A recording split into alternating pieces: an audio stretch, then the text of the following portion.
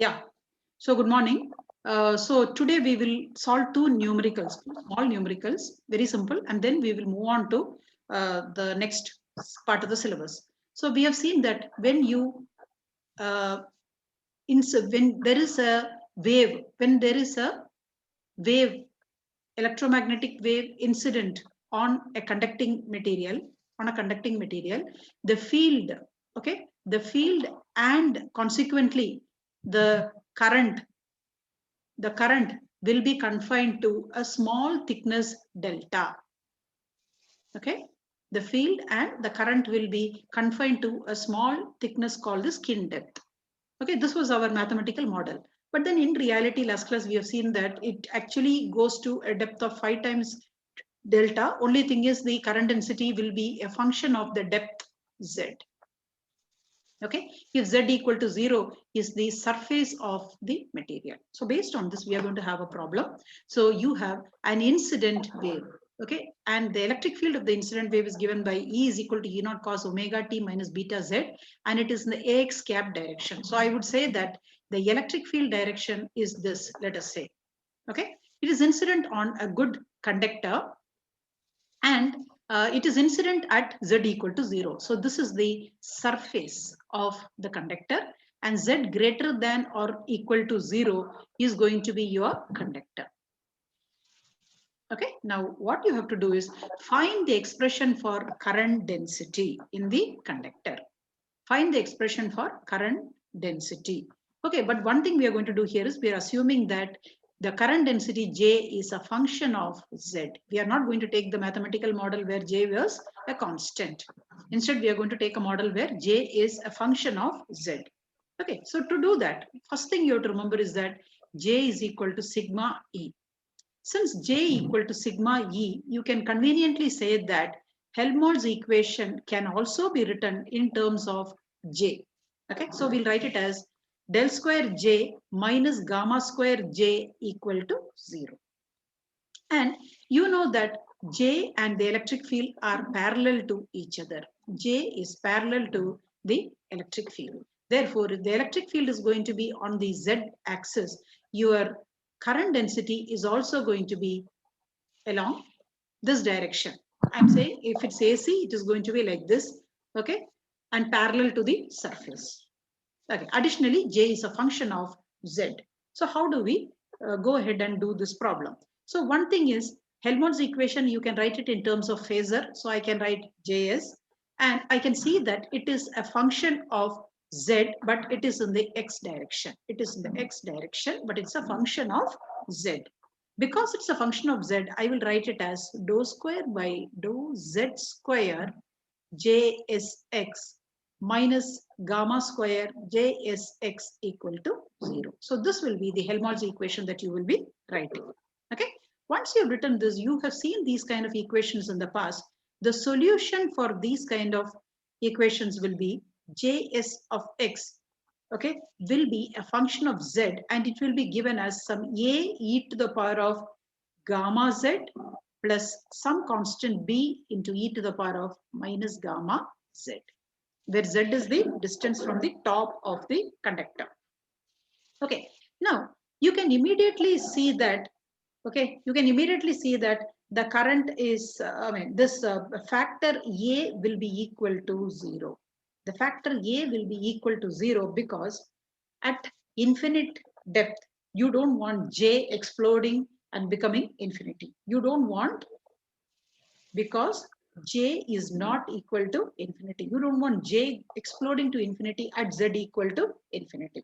So you are going to simply say that the second term is only going to be left. The first term goes off. Okay, we say that the first term will go off, and the reason I have written here. Okay, so now let us write Js of x as a function of z is going to be equal to b e to the power of minus gamma z. But do you remember what was gamma? Gamma was alpha plus j beta. It was alpha plus j beta, and additionally alpha equal to beta, alpha equal to beta equal to 1 by delta for a conductor. Okay. For a conductor, you know alpha equal to beta and you know beta equal to 1 by alpha equal to 1 by delta. So let's just use that. So you will get Js of Z is going to be equal to B into e to the power of, okay, minus alpha plus j beta. So I will write 1 by delta plus j by delta.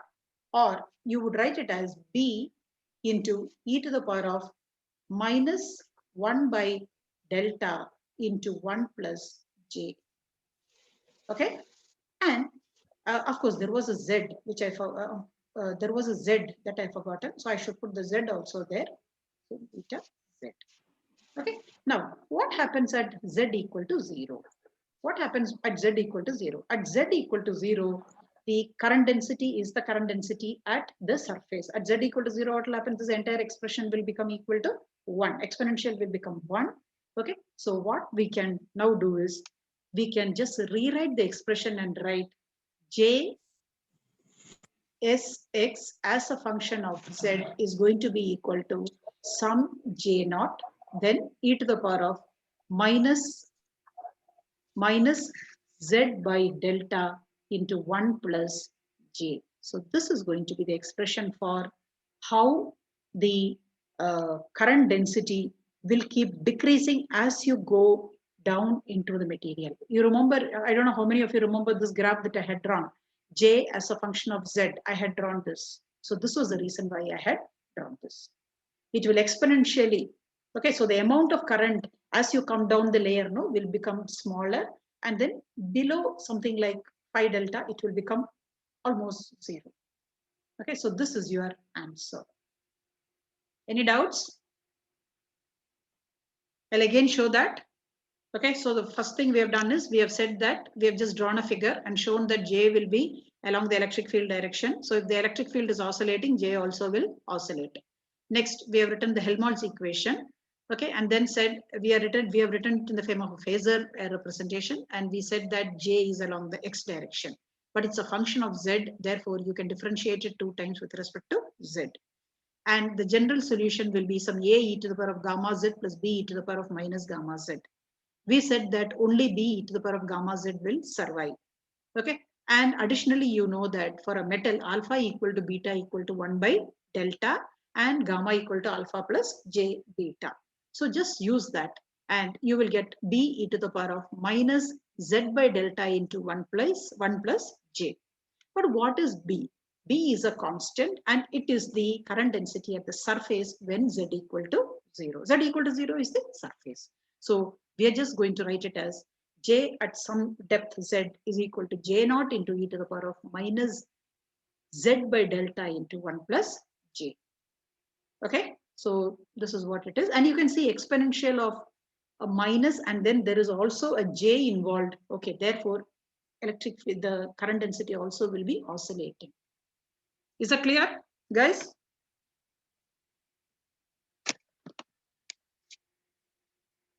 Okay, assuming that, any doubts? Please unmute and ask me if you have any doubts. Okay, so if this is okay. So the next problem, it's a continuation of the previous problem. So we got the expression for the current density. So let me write the expression for current density that we got. We got the expression for current density as J of Z, okay, is going to be equal to J naught. And then we got e to the power of minus delta by, sorry, minus Z by delta into 1 plus j. So this was the expression that we have got. Now, having this expression with you, you are supposed to now find out what is going to be the current.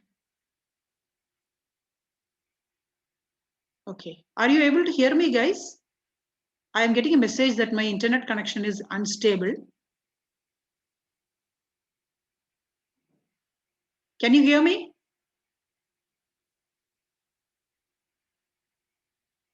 Okay, so if you are messaging means you are able to hear me. Fine. Your voice is clear. Okay, fine. You're audible. Great. No, I have a 125 Mbps, but then, because of the climate, there could be a problem. Rarely happens. Okay, so now what you're supposed to do is you are given a block. You're given a block of conductor. Okay, a block, or here he calls it a strip. A strip of the conductor is there for you. Okay, you are supposed to know that this dimension, okay, this dimension is infinity. You're supposed to know that this is indefinitely thick. That means Z is very, very large. And the surface is Z equal to 0. And the thickness is W. The thickness is W. Now you have to find out what is the total current that will pass through the surface of this material. What is the total current that will pass through the surface of the material? Okay, so to find out the total current, what do? You need to remember that current is, after all, integral of J dot ds. J dot ds. Okay, so now what will be J dot ds? Let us see. So that means we are talking about some area of cross section here. Area of cross section. Okay, so we can simply say that it is integral of J dot. Instead of ds, I will write W. Okay, because W is the width, and if this is the thickness through which it will go, I can divide this into a number of small segments of thickness dz. Okay, so I will say W into dz is going to be my ds. Okay, now I will do an integration starting from the surface to infinity. Starting from the surface to infinity. Now you will ask me, why am I doing infinity? I know that it is going to be only for a small thickness, then why should I do infinity? It doesn't matter. I can do infinity because after all, if there is going to be nothing here, all these lower contributions will become 0. All the lower contributions will become 0. So there's nothing wrong in putting 0 to infinity. There's nothing wrong. Okay, so we write 0 to infinity and then write this. So therefore, this will become integral J naught e to the power of minus Z by delta into 1 plus J into W dz. So W is a constant, 0 to infinity. J naught is a constant, so I'll say W into J naught, you take it out. Then you have integral minus Z by delta into 1 plus J dz, 0 to infinity. I'm sure you can all do this. It will be J naught W e to the power of minus Z by delta into 1 plus J divided by what? Divided by, what are the constants? Delta and 1 plus J are the constants. So divided by, anyone? Divided by 1 plus J by delta. Okay, now substitute the limits 0 to infinity. Okay, when you substitute the limit infinity, you know that it's going to give you 0. Okay, so now substitute the lower limit. So when you do that, I'll give you the answer. You will get current is going to be equal to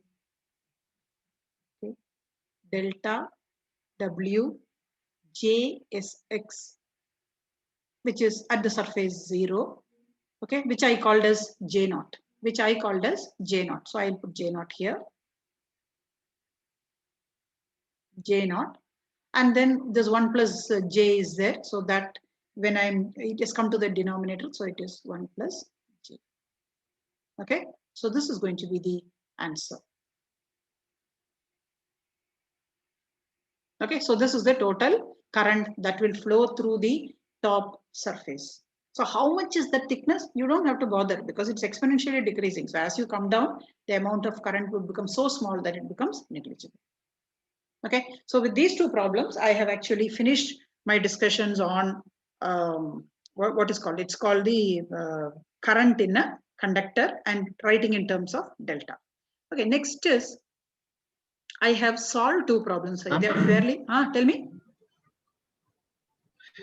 In the sum, it is told that Z is equal to 0, no, ma'am. Z equal to 0. So 0 to infinity. See, The current is Z, not at zero alone. It is not at zero. It is entering into some thickness. And that amount, is exponentially decreasing as you go into the material.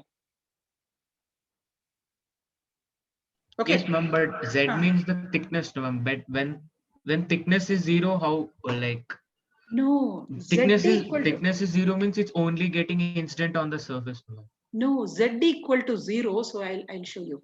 This is Z equal to 0, the surface. And this is some Z equal to Z. Okay, you can imagine that the current is flowing through some sheets like this. A number of sheets. Number of sheets of each of thickness dz. Each of thickness dz. So I can find the current di for each of these sheets and keep adding. Okay, but as I come down, the amount of current in the sheet becomes smaller and smaller. So even if I do the integration from 0 to infinity, wherever current is not there, that is not going to add. Are you understanding this? Yes, ma'am. Yes. That's why.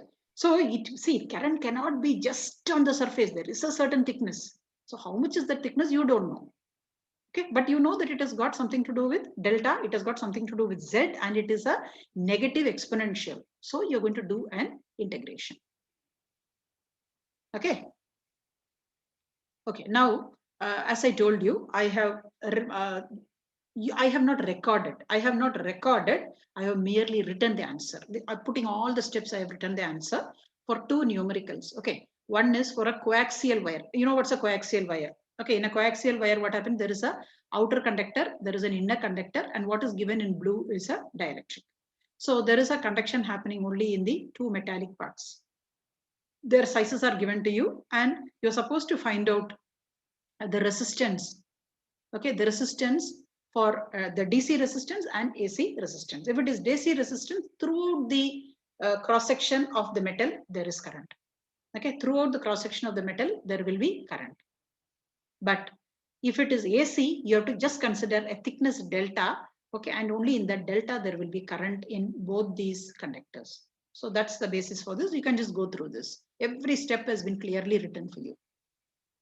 Then there is also one more problem for a single wire. For a single wire, how to find out the AC and DC resistance, or ratio of AC to DC resistance has also been done for you. Just go through this. There is no recording for both these. I've only worked out every step. Okay, so with this part of the syllabus is getting completed. Okay, any doubts?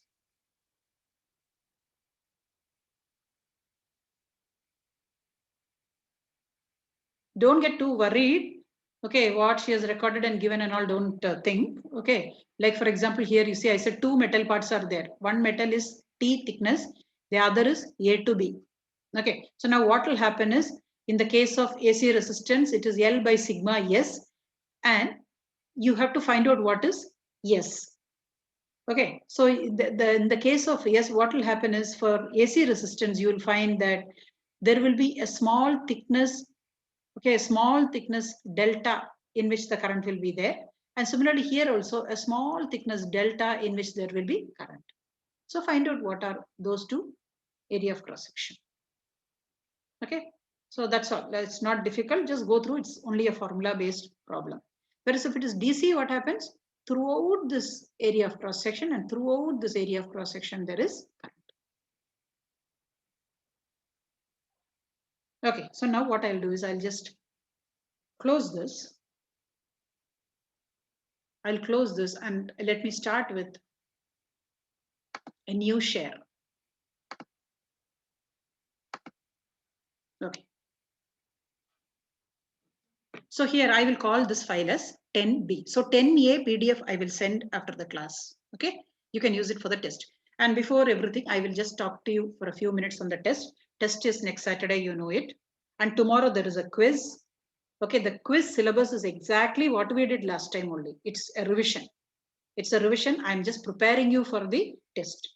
Only difference is this time the 10 minutes quiz will be for 10 marks and it will be numericals, because I want you to get used to using your calculator and doing the numerical. So it is numerical based quiz for 10 minutes, 10 marks. Somebody asked additional 2 minutes. I will give additional 2 minutes this time. And I will keep minimum negative marking. Okay, next. What is that?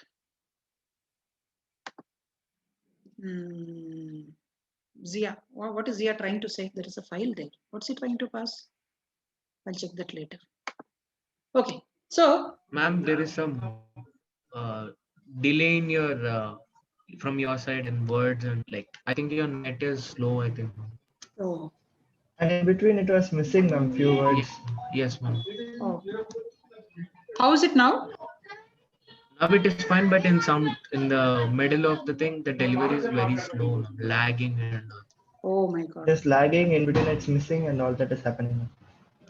Okay, yeah, this must be thanks to the weather and issues outside. I'll do one thing. I'll just keep the door also open and see whether it will help. My Wi-Fi router.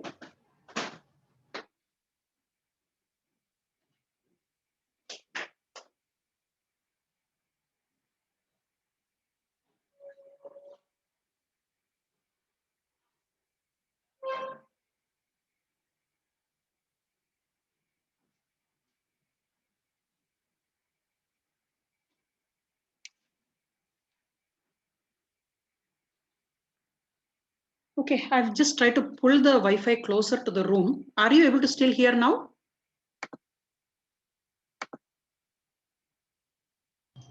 Yes, ma'am.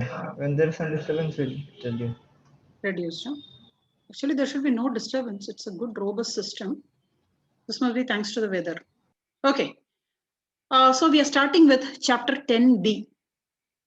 Oh, okay, before that, the syllabus. The syllabus is what I have covered till today. What I have covered till today. Okay, and if you have been diligently writing the quizzes, there is no real preparation that you require for the end semester exam, for the test one. If you have written your quizzes properly, then there is no need of any preparation even. To that extent, I have tried to keep things simple for you. And the model of the paper I have just put for you on LMS. It will be 8 short problems, 8 short problems. So that means you won't have one full problem to do with many steps and all that. It will be short problems, basically to test whether you have understood the concept. Okay, and how you should do it also, I have written in detail. You will have to, there will be 3 Google links given. I will divide the class into 3 groups. Okay, and I am going to use 2 other faculty members to monitor you to do the proctoring. So 3 of us between us will be looking at what you are doing.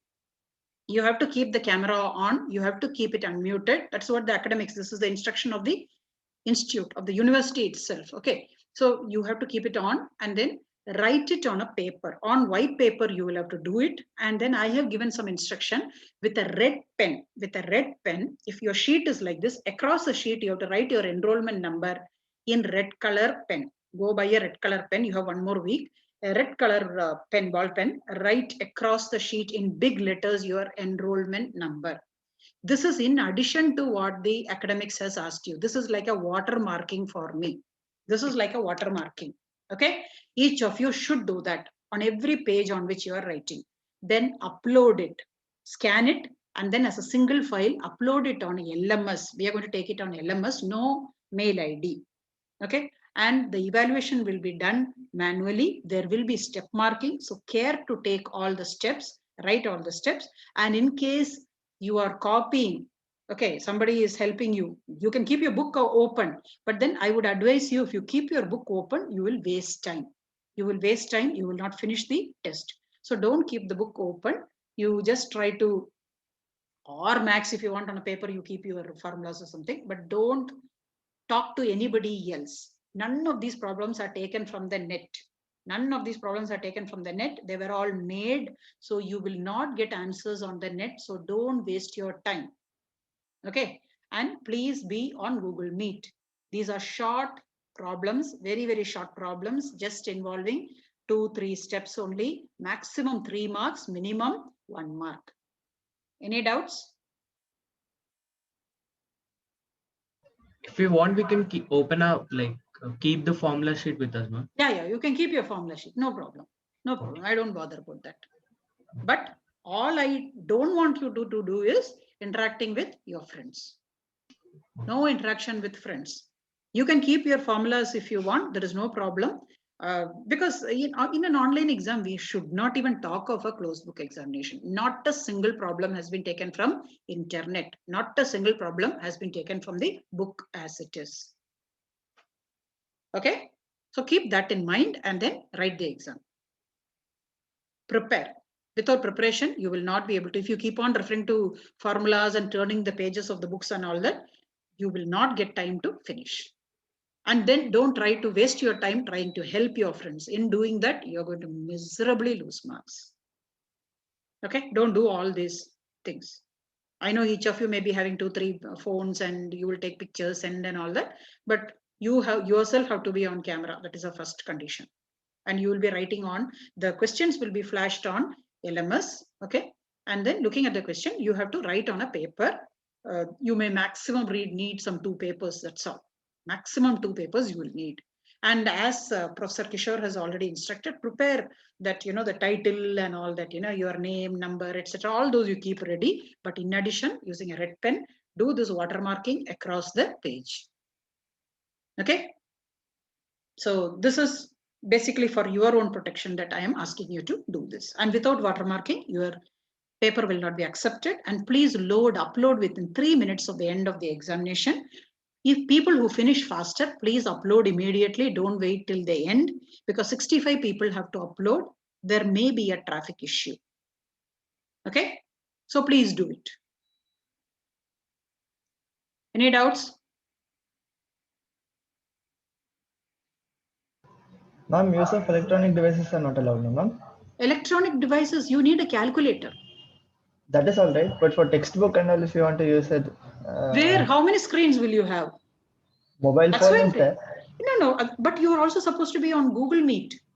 You are also supposed to be seeing your questions from LMS.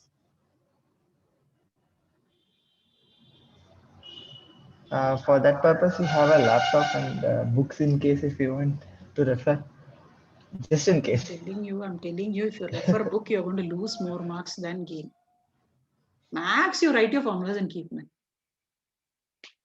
Or your notebook is there with you. You have been working out in the class. Keep that notebook with you. I have no problem. Have you learned something? That is what I am going to try to test. Not anything more than that.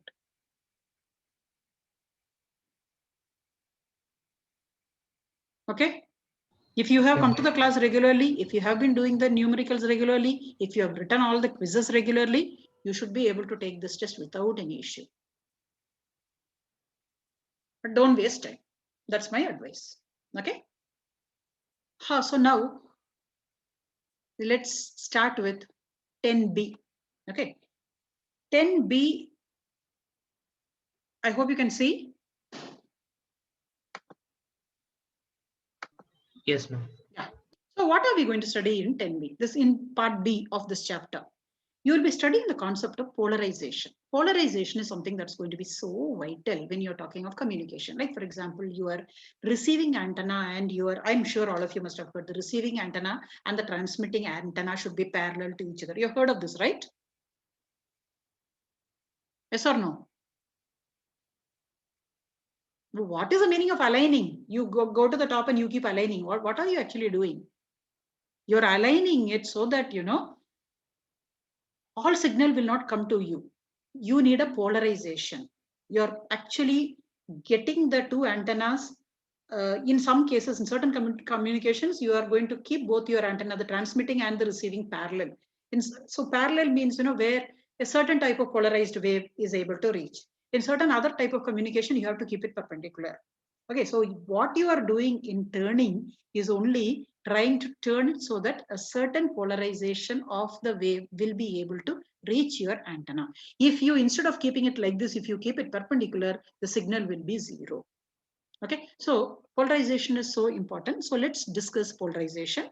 And then again, we have to talk about power transmission when there is a propagation. Both these we will study here. This is going to be a small part only. So what is this term polarization? That's the first thing. So before that, I am showing you here a picture of how a transverse wave will look. I'm showing you a picture of how a transverse wave will look. You're seeing that the wave is transmitted along the z-axis, and you're seeing that what is marked in blue, what is marked in blue is on the YZ plane. I'm sorry, what is marked in red? What is marked as red is on the XZ plane. Are you able to visualize this? XZ plane. Okay, on the XZ plane, you're finding that the magnetic field is sinusoidally varying as the wave moves. Okay, and similarly, when you look at the YZ plane, which is perpendicular to the XZ plane, you're seeing that there is a electric field, and the electric field is also sinusoidally changing. That is, as you move in the Z, as the wave moves in the Z direction. But think of it, I take a fixed point or Z equal to constant. I take a fixed point Z equal to a constant plane. Z is equal to constant refers to a XY plane. XY plane, which is perpendicular to Z axis, and it is fixed at the point. I'm talking about a Z axis. I'm talking about a Z axis through which the wave will move. Okay, and I'm fixing a fixed point of Z, and at that Z point, I am taking my XY plane. Okay, and on that XY plane, what am I going to see? I'm going to see my, so this is a plane. Okay, what I'm showing with my hand is a plane. Plane perpendicular to the polarization, perpendicular to the direction in which the wave is moving, and it is at a fixed point on Z. Okay, and what will I see on this sheet? On this sheet, I will be seeing the electric field is going to keep moving sinusoidally. It is going to keep oscillating sinusoidally, and perpendicular to this, I will see my magnetic field also sinusoidally moving. Okay, so this is what you're going to see. So you can almost imagine that the tip of the but we are not bothered about magnetic field. We will be concentrating on the electric field vector. We will concentrate on the electric field vector.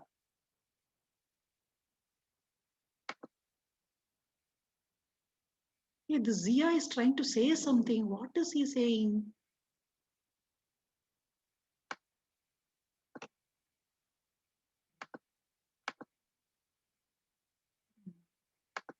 Okay. So what happens is so this is my XY plane, and this is a Z is equal to constant plane. So that means this plane is not moving. So on this plane, let me look at my electric field vector. Electric field vector is changing continuously. Okay. It may be changing direction. It may be changing magnitude. Okay. So the tip of the electric field vector, you have to keep following. You have to see the tip of the electric field vector for a plane Z equal to a constant, and then looking at how, so this is my electric field vector, means I will look at this point. Okay, how this point moves on this fixed plane, transfers to the direction of propagation of the wave. Okay, so that is going to define my polarization. I hope this point is clear. You're going to take a wave moving, then take a fixed plane at a fixed Z, and then on that point, you look at the tip of the electric field vector and see how this vector is behaving. Okay, now depending on how it behaves, we will talk about three types of polarization. One is called linear or plane polarization. The other is called circular polarization, and the third is called elliptical polarization. So three types of polarization: linear, circular, and elliptical. Okay, or in other words, I can also talk about polarization of a uniform plane wave. The polarization of a uniform plane wave can be considered as the locus of the tip of the electric field vector on that plane. How the tip of the electric field is changing, is moving as a function of time. Okay, now, for example, when I say it is linear, what I mean is that electric field, the tip of that arrow will be moving along a straight line, positive, negative, it will keep moving along a straight line. Then it is linear. It will be called circular if the tip of that electric field vector is going to keep on moving in a circle. Then it is called circular. Third thing is, if it is moving in an elliptical path, it's called elliptically polarized. Okay, and please remember, this is on the plane at a fixed Z, if Z is the direction of propagation. So let us, for our convenience, keep Z as the direction of propagation direction, and let us consider the xy plane, and on that plane what is happening to the tip of the electric field vector. Is this clear, guys? You please unmute and talk, please.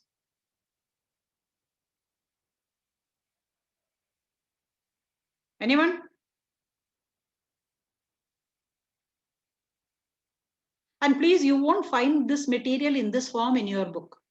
You won't find this material in this form in the book. I have tried to add a little more and then generalize it so that, it will be directly useful for your future papers. Like, for example, I have talked about right polarization, left polarization, and things like that. All these things are not there in your book. Okay, so I've added something more. More value has been added to the material in your book so that it is complete.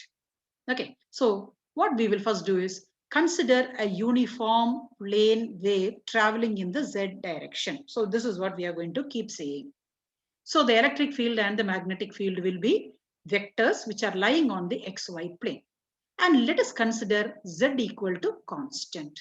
Let us consider a z equal to constant plane. So that's what is given in this figure.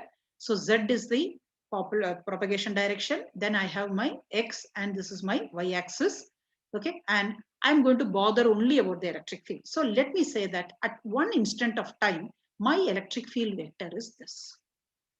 At some instant of time, let us say that my electric field vector is going to look like this. Okay, and now let us call some axis as the x-axis and a perpendicular axis as the y-axis. Let's fix x-axis and y-axis. The most general will be thinking that E is in a direction which is neither x or y. Guys, are you able to hear me? Can someone unmute and tell me? Yes, ma'am. Yeah. Okay, so we will take the most general, and this is the vector at this instant. Okay, now you can see that you can divide it into an x component and a y component. You are able to divide it into an x component and a y component, or the electric field vector at that instant can be written as Ex x component plus Ey as the y component. Okay, now we will consider case 1. Case 1 is going to be linear or plane polarized. Case 1 is going to be linear or plane polarized. So what is it? Case 1.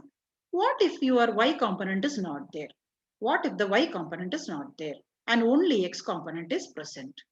And only x component is present. Okay, that means your electric field is going to be like this.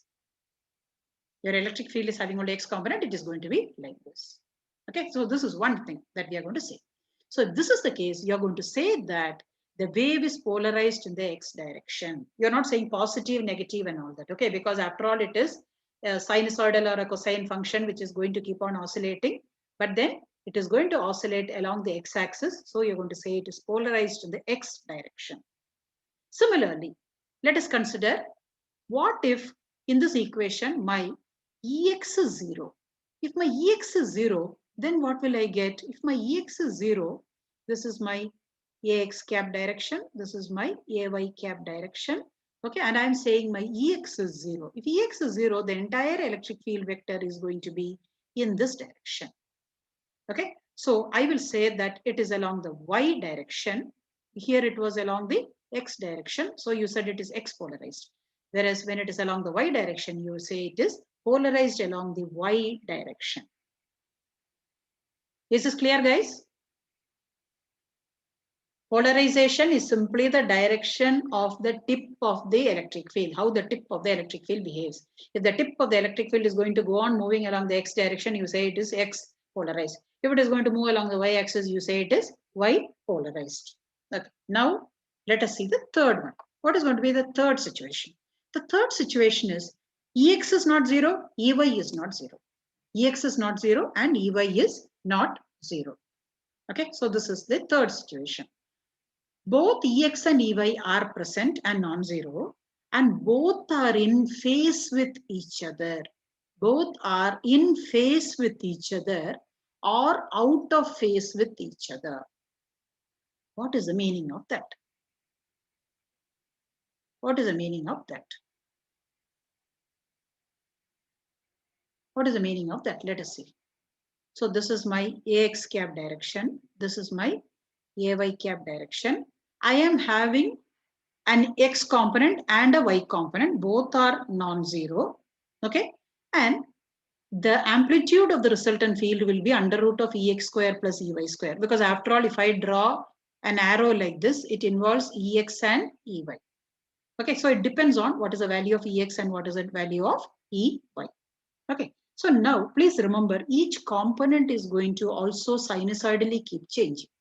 Okay. So let us say both are in phase. What is the meaning of saying both are in phase? Both are in phase means when EX is, let me draw my EX and EY. Okay. When EX is maximum, EY is also maximum. When EX is maximum, EY is also maximum, and that instant of time, the tip of the net field will be here. Okay, then it is sinusoidally changing, so it is going to keep decreasing. So both are going to decrease, and if both of them become zero at the same time, so where will be my arrow? The tip of my arrow is here. Okay, now next cycle. Let both of them become negative and maximum negative at the same time. So where will be the tip of the arrow? The tip of the arrow will be here.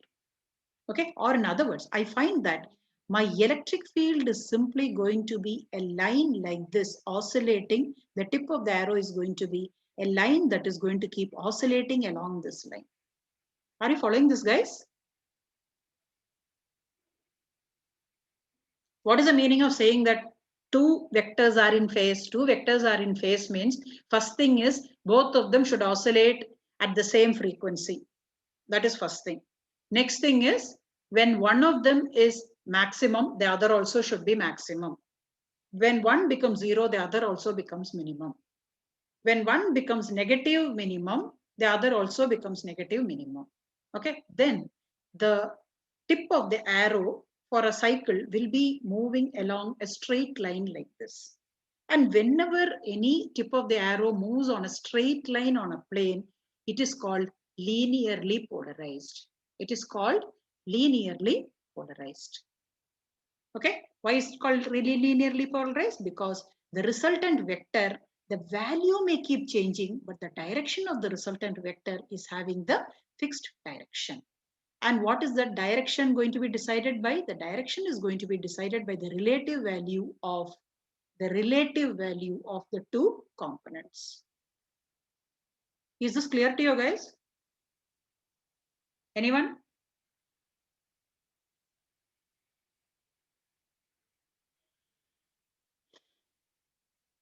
This is when they are in phase. Okay.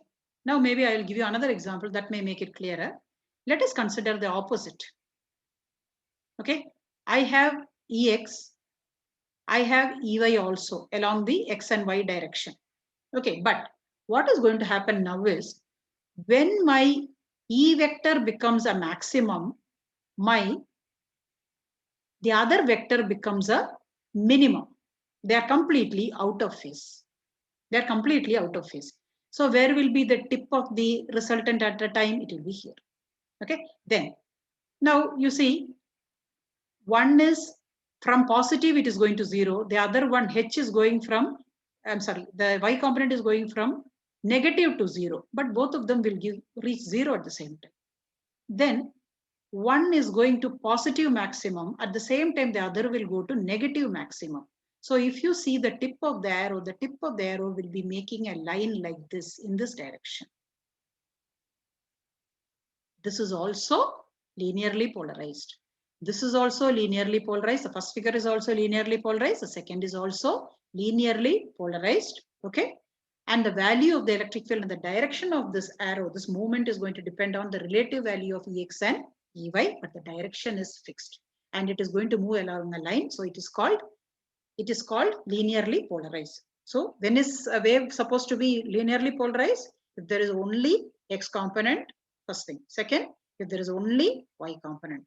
Third is X and Y component may be there, but they should both be in phase with each other with delta. If delta is a phase difference, delta can be 0, 2 pi, 4 pi, etc. Then they are in phase. If it is in phase, then this is the picture that you will get. Then another thing is also possible. What is that? They are out of phase. Out of phase means pi is the phase difference. When one becomes maximum, the other will become minimum. In that case, you will get this figure. But in both these also, they are linearly polarized. But what is the difference? Okay, so that's whatever I have written there is, or whatever I drew and showed you is what you're seeing in this particular picture. Okay, here, sorry. Whatever I drew and showed you is what I have shown here, this. Okay, in one case it is linearly polarized, both are linearly polarized. In one case it is out of phase, in one case it is in phase. Clearly this is in phase, this is out of phase. Okay, so if the two waves are, so it's as if you're talking of two perpendicular waves. You're talking of two linearly polarized perpendicular waves. One polarized along x, one polarized along y, and both moving along the same direction. So if you cross these two, if you superimpose these two, the result is also going to be linearly polarized, but then like this or like this, depending on whether it is in phase or out of phase. Okay, so look at this. So what I showed you as Ex and Ey can be treated as two independent polarized waves. One polarized along the X and another polarized along Y, but both are traveling along the Z direction. So if you allow them to superimpose, the result is also a polarized wave. But the result of the polarization depends on whether they are in phase or out of phase. If they are in phase, then the result of polarization is going to be this. If they're out of phase, there will be a minus sign. Guys, is this clear to you? No life in this class. What is happening? My throat will go, man. I will get a cancer, throat cancer, if I keep shouting like this. Answer, no, you are all not brides. Brides are smarter actually. Hey, the Zia fellow is talking something to me. I don't know what he's trying to tell. Zia, you please talk to me after the class. He keeps saying privately, and I'm saying some note there. I don't know what it is. Okay. So kindly tell me whether it is clear. Where is our Ben boy? Ben? I'm here. Yeah. Is it clear? I have to look at it once again. Ma'am. You are not at all listening, that means. Why should you look at it? If you listen in the class, why should you look at it? Initial part I didn't listen. After that it is like this. You're lost. Yeah. Okay. Let me ask you something. You have studied simple harmonic motions. Oh God, time is up. It's okay. I will repeat this. I know that you are all in some dream world. Okay, next Monday, please don't miss classes. This is a very important concept, so don't miss class. I'll stop here.